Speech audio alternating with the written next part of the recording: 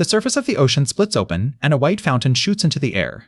That is not a wave, that is a whale taking a breath. It has just traveled up from hundreds of meters down, for one reason only, to do the thing you and I do 15 times a minute without ever thinking about it. Breathe. For this animal, that breath is hard to get and impossible to skip. And here is the strange part. The fish swimming below never have to come up at all. They have gills. They pull oxygen straight out of the water, and they can stay down there for their entire lives. The whale lives in the very same ocean, it is far larger and far more powerful, and yet it has no choice. It must return to the surface again and again, and that trip is not free. Every journey up and back costs the whale time it could have spent feeding, and energy it has to earn back. Same ocean, completely different rules. Why? What happens if it does not make it up? The answer is blunt. The whale drowns. Whales breathe air with lungs exactly like we do, and a lung that fills with water can no longer move oxygen into the blood. When a whale becomes tangled in fishing gear, what usually kills it is not the wound and not blood loss. It is that it cannot break free, cannot reach the surface, and finally suffocates. To untangle this, we have to start with one fact that changes everything. A whale is not a fish, it is a mammal, in the same group as cows, dogs, and us. It holds a constant body temperature, it produces milk and nurses its young. A whale calf is born live, and it is born tail first. And inside that enormous chest sits a pair of genuine, air-breathing lungs. Every mammal story begins on land, and the whale is no exception. Wind the clock back roughly 50 million years, and the ancestors of whales were not in the ocean at all. They had 4 legs, they walked on muddy riverbanks, they hunted prey in shallow water. If you saw one, nothing about it would make you think of a whale. The earliest one we have found so far is called Pakicetus. It was roughly the size of a wolf, with 4 clear functional legs hunting near the water's edge. From the outside, there is not a trace of the ocean in it. But when scientists compared the structure of its ear bones, they found a very particular shape, one that appears in only one lineage on Earth, whales and dolphins. That is how the family connection was recognized. Fast forward about 1 million years, and Ambulocetus appears. Its name says it plainly, the walking whale. It could still walk, and it could swim.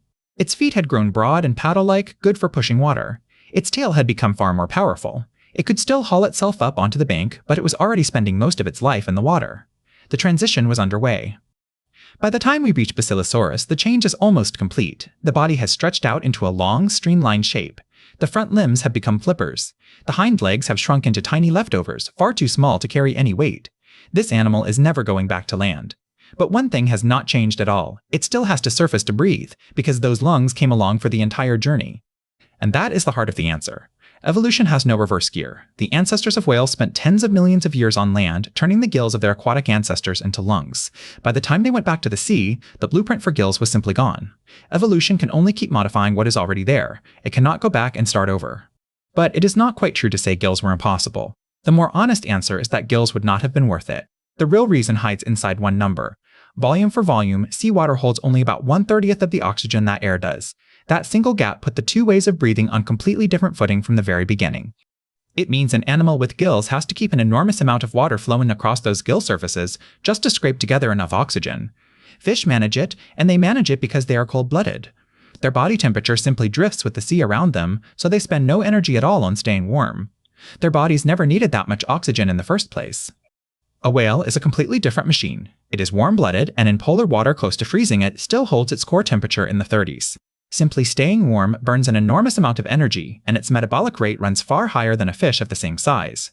Gills could never supply oxygen at that rate. Even if a whale grew a set, they would not be enough.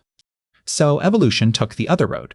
Instead of replacing the lungs, it pushed the entire diving system to the absolute limit. If you have to come up for air anyway, then make every single breath last as long as possible. The 5 upgrades we are about to go through are where whales become genuinely extraordinary, and they are the reason a whale can survive in the deep. Upgrade 1, exchange efficiency. When you and I take a breath, we replace only about 10 to 20% of the air in our lungs. The rest is stale air that just sits there. A whale replaces more than 80% in a single blow. It does not win by having unusually large lungs. It wins because every breath is used almost completely, with very little wasted. Upgrade 2, oxygen storage. Whale muscle is packed with myoglobin, a protein whose entire job is to grab and hold oxygen at concentrations far above anything in land animals. There is so much of it that the muscle turns a deep, almost black red. In other words, a whale does not just keep oxygen in its lungs. Its whole body is an oxygen warehouse. Upgrade 3, slowing down.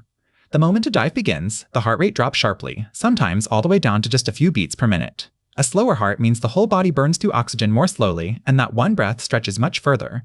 The whale does not have to decide to do this. Contact with the water triggers it automatically. Upgrade 4, triage.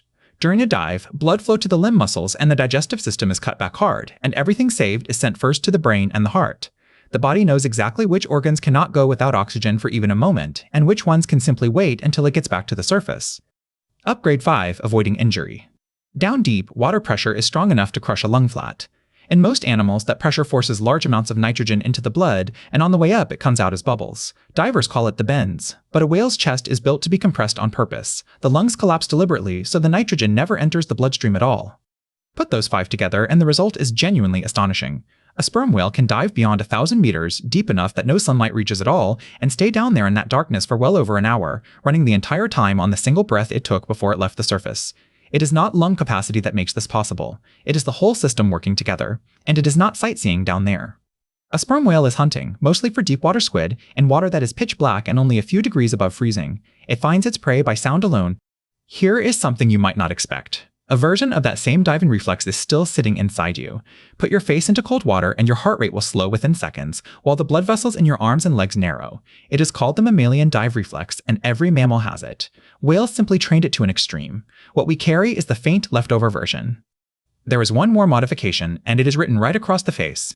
Over tens of millions of years, the nostrils of the whale slowly migrated backwards and upwards, from the tip of the snout all the way to the top of the head, becoming the blowhole we see today. That position means the animal only has to break the surface with its back. It never needs to lift its head to take a breath. And here's the part almost everyone gets wrong. What a whale blows out is not water. It is warm air, exhaled straight from the lungs, and the instant it meets cold air outside, the water vapor condenses into white mist, mixed with a little seawater sitting around the blowhole. So that white column is not a fountain at all. It is essentially one very large puff of warm breath. That column can even tell you which species you are looking at. A blue whale blows tall and perfectly vertical, like a pillar of mist. A sperm whale's blowhole sits on the front left of its head, so its spout angles forward and to the left at roughly 45 degrees. An experienced whale watcher can name the animal from the shape of the blow alone before seeing anything else. A humpback is different again. Its blow is short, broad, and bushy, more like a puff than a pillar, so you can pick it out even at a distance. But there is a real cost to all of this. For a whale, breathing is not automatic. It is deliberate. You and I keep breathing while we are fast asleep. A whale cannot. It has to decide to go up and decide to take that breath, which means it can never do what we do and switch the whole brain off in order to sleep. The solution is just as elegant as everything else. A whale sleeps with one half of its brain at a time. The other half stays awake, running the breathing and watching for danger, and after a while the two halves swap over. So rest, for a whale, is never a full shutdown. It is a state of being permanently half on guard. Even the moment of birth is shaped by breathing. A whale calf is born tail first, and that ordering matters because it stops the newborn from inhaling water while its head is still inside the birth canal. Once it is out, the mother pushes the calf upward with her own body, lifting it to the surface for the first breath of its life. And nursing happens underwater too. The calf feeds in short bursts, then has to break off and surface for air, so for those first months the mother shapes her whole rhythm around her calf's need to breathe. Turn that around and you can finally see why stranding is so lethal. In water, buoyancy carries all of those tons of body weight. The moment a whale is on a beach, that same weight presses down onto its own chest and the lungs can no longer expand. The animal may have no injury at all and still suffocate underneath its own body.